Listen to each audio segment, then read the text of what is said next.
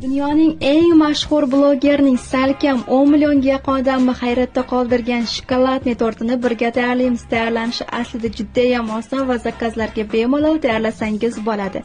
Avvalambor kremini tayyorlab olamiz. Qozonchaga suvshonli moloko, qaymoq va sariyog' solib quyilguncha aralashtirib turamiz. Va darhol kremimizdan teng ikkiga bo'lib, bittasiga qora, bittasiga oq shokolad solib, shokoladimizni eriguncha aralashtirib turamiz. Zakazlarga tayyorlaydigan ideal biskvitim retsepti bu yerga sig'madi. Agar shu reelsim ko'p like yig'ilsa, keyingi reelsda albatta retseptim bilan bo'lishaman va biskvitimizdan 3-4 bo'lakka bo'lib, sut bilan propiska qilib olamiz.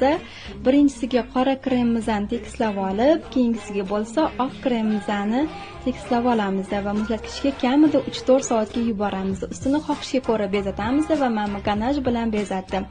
Albatta shu usulda tayyorlab ko'ring va rohatlaning.